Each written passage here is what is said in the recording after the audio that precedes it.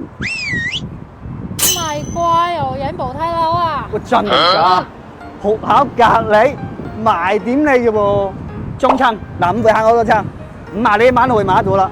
但係你睇嘅靚嘢，對面中立公園啊啦，地鐵口，地鐵加學校雙巴附加設，絕對好賣。雖然樓梯啦，但係行幾層中層就到㗎啦。呢間屋我哋上到嚟睇得到，4個廳真係好大，對樓單位。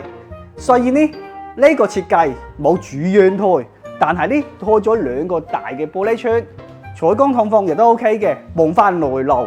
個入嚟有個屏風，呢個裝修就不過不失，簡單翻新下亦都 OK 嘅啦。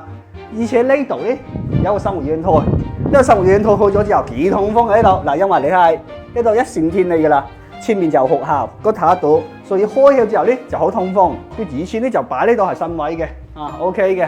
咁呢度就係廚房啦，廚房叫你點樣改啊？你覺得屈質啲就打咗佢，開放式廚房亦都 OK。咁個廳就顯得仲大啦。呢就會因百幾方建築套路成百方，咁但係缺點係咩呢？冇套間房噃。個呢嘅就客房啦，客房呢度做書房亦都得，小朋友房間亦都可以嘅。雖然冇套間房，但係剩低2間房有驚喜，2間都有陽台嘅。就你睇得到呢個地理位置，呢個地段，順德本地人大亂人一睇知啦。以前你愛理不理，未來你可能高攀不起，因為鐘樓公園要整一個大 project， 大家都知噶啦。地鐵口上嚟行100-200米就到呢間屋，地段係靚仔嘅，隔離就係小學啦。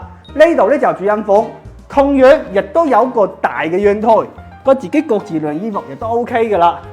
50零萬可以攞低。單價5000蚊到啫噃，過嚟想點啊？翻身就去住咯噃，諗諗嘅。